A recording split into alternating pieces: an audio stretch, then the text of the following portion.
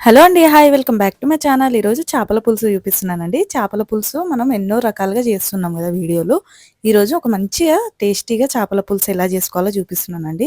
Video మాత్రం ఎక్కడ skip చేయకుండా పూర్తిగా చూసేయండి. ఇక్కడ ఒక కిలోన్నర చేపలైతే తీసుకున్నానండి. ఈ చేపలని కొద్దిగా ఉప్పేసి కొద్దిసేపు నానబెట్టుకొని తర్వాత వాష్ చేసేసుకుంటే స్మెల్ అనేది రాకుండా ఉంటుందండి. ఇలా నీట్గా వాష్ చేసేసుకొని ఒక ప్లేట్లోకి అయితే వేసుకుందాం. ఇక్కడ చూస్తున్నారు కదా, ఇలా మంచిగా నీట్గా కడిగేసుకొని ప్లేట్లోకి వేసుకున్నాక ఇందులో ఏమేమి వేయాలో చూద్దాం. ఒక 1/2 టేబుల్ స్పూన్ దాకా సాల్ట్, అలానే ఒక 1 టేబుల్ స్పూన్ అలా కారం,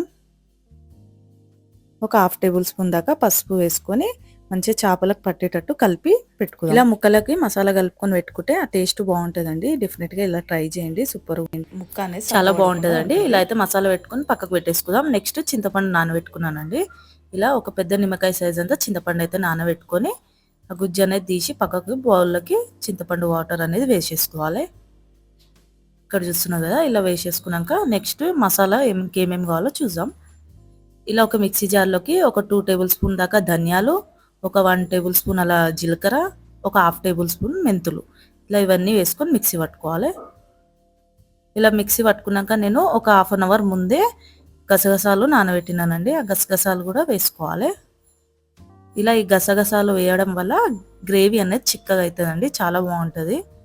ఇలా వాటర్ వేసుకుంటా మంచిగా పేస్ట్ లెక్క మిక్సీ పట్టేసుకొని కొద్దిగా వాటర్ అందులో వేసేసి ఇలా బౌల్లోకి వేసేసుకుందాం. నెక్స్ట్ ఒక అడుగు మందంగా కడాయి పెట్టుకోవాలి. ఇలా కడాయి పెట్టుకున్నాక ఓ 4-5 టేబుల్ స్పూన్ దాకా ఆయిల్ అయితే వేసుకోవాలండి. ఇలా ఆయిల్ వేసుకున్నాక ఒక 2 ఆనియన్స్ అయితే నేను కట్ చేసుకున్నానండి. ఒక పెద్ద సైజు ఉన్న 2 ఆనియన్స్ సన్నగా కట్ చేసుకోవాలి. ఎంత వీలైతే అంత సన్నగా కట్ చేసుకుంటే బాగుంటుంది. ఇలా కట్ చేసుకొని వేసేసుకోవాలి. అందులోనే కొద్దిగా కలెమాకు, కొద్దిగా పచ్చిమిర్చి 2 వేసుకుందాం. ఇలా వేసుకొని కలర్ మారేంత వరకు లో ఫ్లేమ్లో మంచిగా ఫ్రై చేసుకోవాలి. ఇక్కడ ఒక 1 టేబుల్ స్పూన్ దాకా అల్లం పేస్ట్ వేసుకోవాలి. ఇలా వేసుకున్నాక పచ్చివాసన పోయేంత వరకు ఫ్రై చేసుకోవాలండి. ఇక్కడ చూస్తున్నారు కదా, ఈ కలర్ మారాక ఇందులోకి మనం ధనియాలు, గసగసాలు అవన్నీ మిక్సీ పట్టుకున్నాం కదండి, ఆ పేస్ట్ అయితే ఇందులోకి వేసేసుకోవాలి. ఇలా వేసేసుకొని అందులో కొద్దిగా వాటర్ వేసి కలిపి వేసేసుకుందాం. ఇలా లో ఫ్లేమ్లో ఇప్పుడు ఈ పేస్ట్ అనేది మనకి ఆయిల్ పైకి వచ్చేంత వరకు లో ఫ్లేమ్లో మంచిగా ఫ్రై చేసుకోవాలండి. కొద్దిగా ఆయిల్ పైకి వచ్చాక ఒక 1/2 టేబుల్ స్పూన్ దాకా పసుపు వేసుకుందాం. ఇలా పసుపు వేసుకున్నాక కలుపుకోవాలండి. కలుపుకున్నాక ఒక 1/2 టేబుల్ స్పూన్ దాకా దొడ్డు ఉప్పు అయితే వేసుకోవాలి. కల్లుప్పు అంటాం చూడండి, ఆ ఉప్పు అయితే వేసుకుందాం. నెక్స్ట్ ఒక 2 టేబుల్ స్పూన్ అలా కారం. ఇక్కడ నేను మామూలుగా కారం వేస్తున్నానండి, ఇంట్లో పట్టింది. నెక్స్ట్ కలర్ కోసం కాశ్మీరీ లాల్ మిర్చి ఉంటుంది కదా, అది ఒక 2 టేబుల్ స్పూన్ అలా వేస్తున్నా.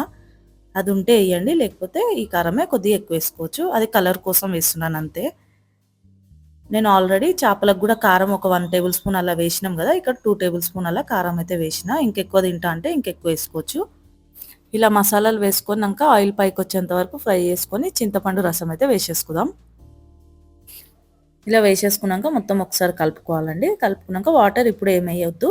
ఫస్ట్ ఈ చింతపండు రసం వేసుకున్నాం కదా, మంచిగా ఆయిల్ పైకి వచ్చేంత వరకు లో ఫ్లేమ్లో ఉడికించుకోవాలి.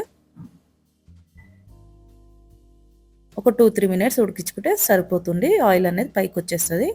ఇక్కడ చూస్తున్నారు కదా, ఇలా వచ్చాక వాటర్ అనేది వేసుకోవాలి. ఇక్కడైతే నేను వాటర్ ఒక 2 గ్లాసుల దాకా వాటర్ వేస్తున్నానండి. మీకు గ్రేవీకి తగ్గట్టు మీకు ఎంత కావాలో చూసి వాటర్ అనేది వేసుకోండి. నేను ఒక 2 గ్లాసెస్ దాకా వాటర్ అనేది వేస్తున్నా. ఇలా వాటర్ వేసుకున్నాక మంచిగా లో ఫ్లేమ్లో మసలనివ్వాలండి. ఎంత మసిలితే అంత టేస్ట్ అనేది వస్తుంది. ఇలా బాగా మసిలేటప్పుడు కొద్దిగా వాటర్ అనేది తక్కువ అవుతాయి కదా, అప్పుడు మనం చేపలు అయితే వేసేసుకోవాలి. ఫస్ట్ ఈ రసంని బాగా మసలబెట్టుకోవాలి. మసలబెట్టుకున్నాకనే చేపలు వేసుకోవాలి. ఇక్కడ చూస్తున్నారు కదా, ఇలా ఆయిల్ పైకి వచ్చాక మనం మసాలా కలిపి పెట్టుకున్న చేపలు అనేది ఒక్కొక్కటి స్లోగా వేసేసుకుందాం. ఇలా అన్ని చేపలు అనేది వేసేసుకున్నాక చెంచా పెట్టొద్దండి, ఇలా ఖాళీ క్లాత్ పట్టుకొని కదిలించుకుంటే చాలు. ఒక 10-15 మినిట్స్ ఉడికించుకుంటే చేపలు అనేది ఉడికిపోతుంది. మనం చెంచా పెట్టినామంటే చేపలు ఇరిగిపోతాయండి. అస్సలు చెంచా పెట్టకుండా ఇలా కదిలించుకోవాలి. మీకు సాల్ట్ ఏమైనా తక్కువ ఉందా చూసి అప్పుడు మసలేటప్పుడే కొద్దిగా సాల్ట్ అనేది ఏమైనా తక్కువ ఉంటే వేసేసుకోవాలి. ఈ చేపల పులుసు అనేది మనం చేసిన రోజు కన్నా నెక్స్ట్ డే తింటే ఆ టేస్ట్ అనేది ఇంకా బాగుంటుందండి. ఆ రోజు చేసి పక్కకు పెట్టుకొని నెక్స్ట్ డే తినాలి, సూపర్గా ఉంటుంది. ఇలా ఒక 10-15 మినిట్స్ అయ్యాక మంచిగా ఉడికిపోతాయండి చేపలు అనేది. ఉడికిపోయాక గ్యాస్ అనేది ఆఫ్ చేసేసుకుందాం. ఇలా గ్యాస్ ఆఫ్ చేసేసుకున్నాక కొద్దిగా కొత్తిమీర అనేది వేసేసుకుంటే చేపల పులుసు అనేది రెడీ అయిపోతుందండి. ఇంతకు ముందు కూడా ఒక 2-3 చేపల పులుసు రెసిపీస్ అయితే నేను అప్లోడ్ చేసా కదండి. లింక్ అనేది నేను డిస్క్రిప్షన్లో ఇస్తానండి, మీరు చూడాలనుకుంటే చెక్ చేయండి. ఓకే అండి, చూశారు కదా ఎంతో టేస్టీ చేపల పులుసు అయితే మీకు నచ్చిందని అనుకుంటున్నా. నచ్చితే లైక్ చేయండి, షేర్ చేయండి, సబ్స్క్రైబ్ చేసుకోండి మన ఛానల్ని మంచి మంచి రెసిపీస్ కోసం. ఓకే అండి, మరొక మంచి రెసిపీతో కలుద్దాం. బాయ్.